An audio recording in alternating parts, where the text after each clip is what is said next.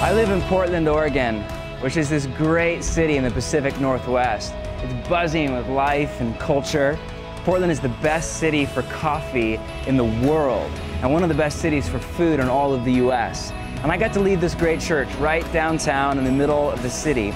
And because of Portland's sway, young people are moving to the city in droves from all over the place. About half of the church I lead is under the age of 30 and single, which means either they aren't married yet or they are just getting started.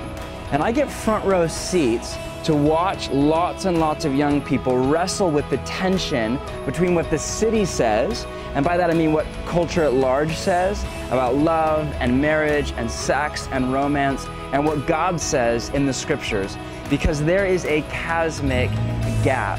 And there's lots of fear and insecurity right now. I mean, after all, about 50% of marriages end in divorce. That is insane. I mean, think about it. Throw a coin up in the air, slap it on your wrist, call heads or tails. Those are the odds of your marriage making it past a few short years. I mean, what happened? And where did we get off?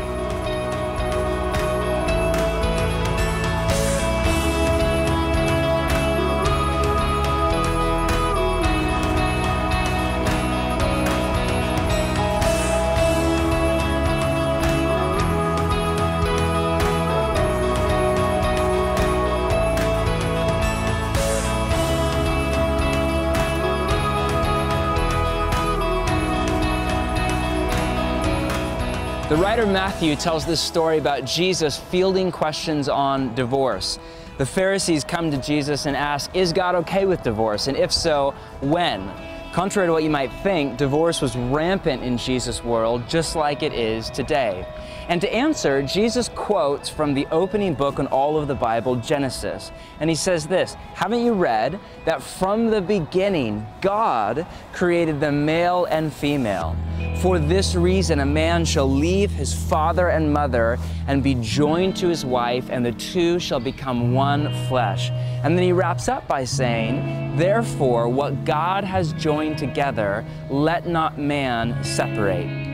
Essentially, Jesus is saying, you're asking the wrong question. God is the one who created marriage and love and sex and romance. It was all God's idea. That means He's the one who knows how it's supposed to function. The right question, the one you should be asking, is what is God's dream for human flourishing, for love and marriage and sex and romance? After all, He's the one who thought it all up. When God created the world, what was He thinking? Over the next 5 sessions, the plan is to go back to the story that started it all, the Garden of Eden, and read from the scriptures what God intended. And as we circle back to the garden, let's wrestle out a loveology.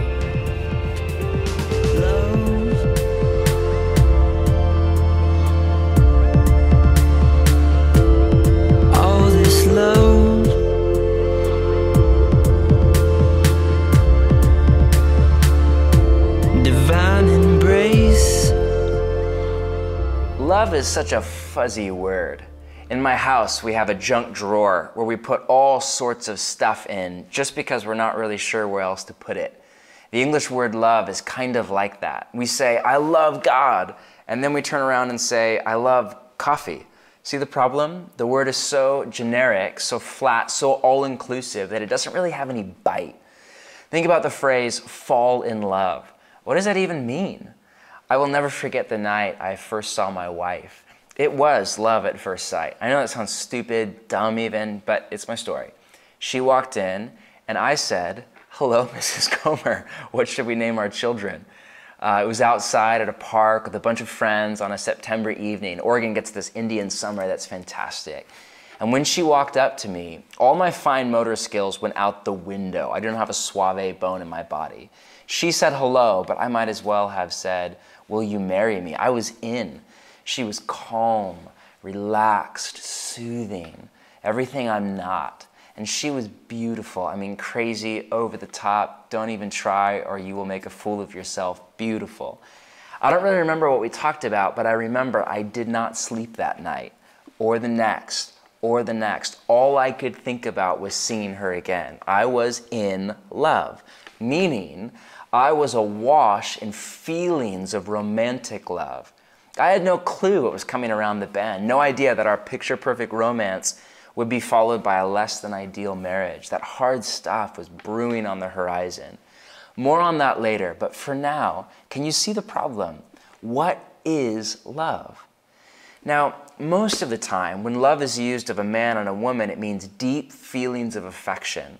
Love, by that definition, is an emotion, and your role in love is passive. It's something that happens to you. You fall in love. It's like tripping over a rock or a curb. Now that sounds right. It sounds romantic and beautiful. Who doesn't want in on deep feelings of affection? But there's a dark underbelly to the romantic definition of love. What happens when the emotions go away and you fall out of love?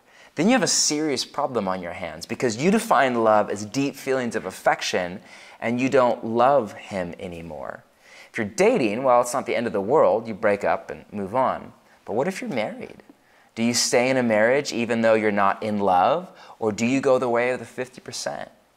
I think we need a redefinition of love, one that will stand up to the frontal assault of life. We get that redefinition in the scriptures. There's a letter in the New Testament called 1 John.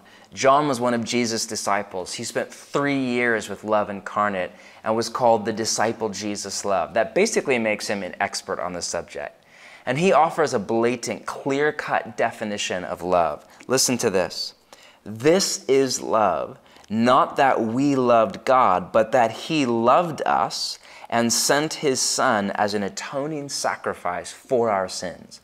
There you have it. Love, in black and white, is Jesus on the cross. To John, if you want to know what love looks like, don't look at a dictionary. Look at a Jewish prophet crucified outside Jerusalem. Look at God in Jesus, bleeding, dying, and giving his life away for the world. Does that sound anything like deep feelings of affection? Now, don't get me wrong. Love is that, but it's also something more. Notice that John uses the word love as both a noun and a verb. This is love, that he loved us. We need to understand that love is a noun and a verb. When it comes to love, the noun, you're in the passenger seat. As I said before, your role is passive. It's something that happens to you. But with love, the verb, you're at the wheel. Your role is active. It's something you do. Put another way, love the noun is an emotion. Love the verb is an action. And love the noun isn't bad. There's nothing wrong with romantic feelings. The first song in all of the scriptures, Adam's poem in Genesis 2, and the longest song, the Song of Solomon in the middle of the scriptures, are both celebrations of romantic love. If you are in love, enjoy it. Romantic feelings are a gift from the Creator God. But at its root, love the noun can be selfish. Behind all the flowers and poetry and twitterpation, there's a narcissist hiding in the closet. When we say I love you, what we really mean is when I'm around you, I feel happy. You make me feel good. You bring me pleasure and joy. Now that's not all bad, but you don't have to be a psychologist to figure out the danger latent in that. Love the verb is a whole other story. At its core, love, as defined by Jesus on the cross, is self-giving. Over and over again, the authors of the Bible point to Jesus' death on the cross as the ultimate act of self-giving love. And Jesus' death becomes the model for how a man is to love a woman.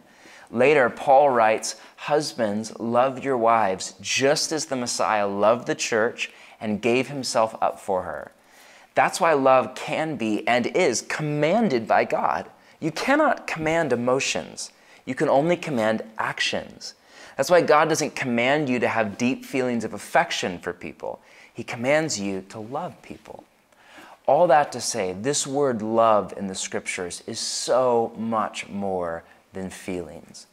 In English, we just have one word for love, but in Hebrew, there are actually three. The first is raya. That's the love you feel for a friend. In fact, it can be translated friend or companion. In one ancient Hebrew story, a man says to his girlfriend, "Arise, my raya, my beautiful one, and come away."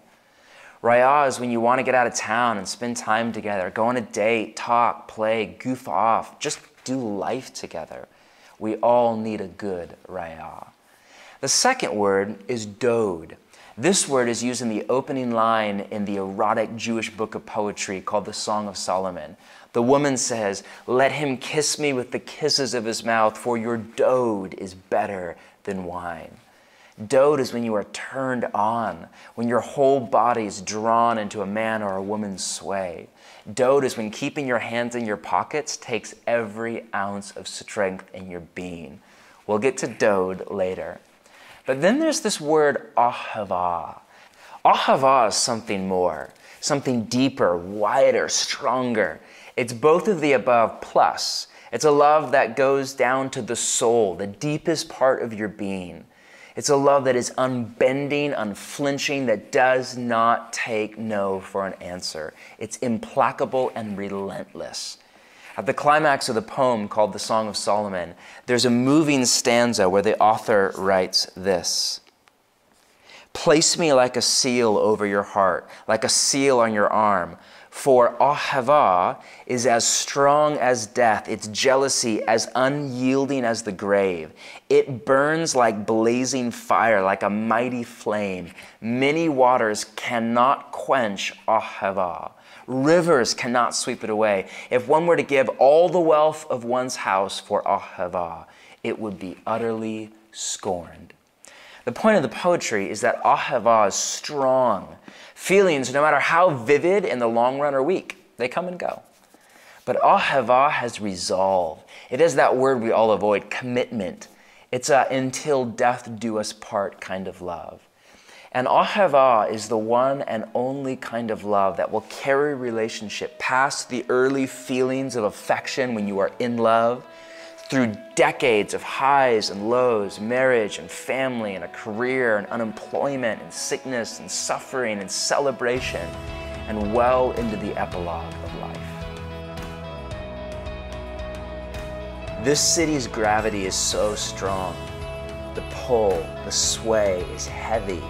To swim against the tide, to not go the way of the 50%, to make a relationship stand the test of time, you need ahava. You need way more than feelings. You need Jesus-shaped love.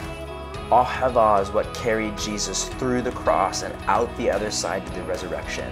And it's the kind of love that will do the same for you.